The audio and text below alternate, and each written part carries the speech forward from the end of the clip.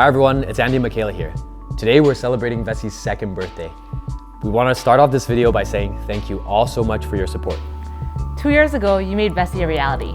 On January 12, 2018, our first Kickstarter campaign came to an end.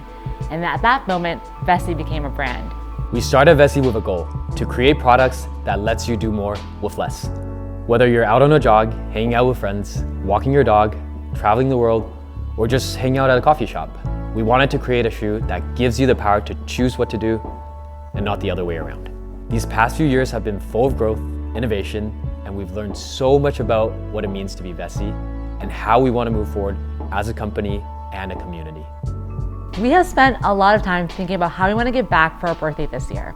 How to say thank you so much for your support and dedication in helping us grow and improve as a brand. We figured the best way to say thank you is to work with you to give back to the values that we care about the most. Sustainability is a core value at Vessi. We have an office full of animal and nature lovers, and we know that our communities share these traits with us. So this begins a new tradition. This year on our birthday, we've decided to work with you all to raise awareness about Australia's record-breaking bushfires.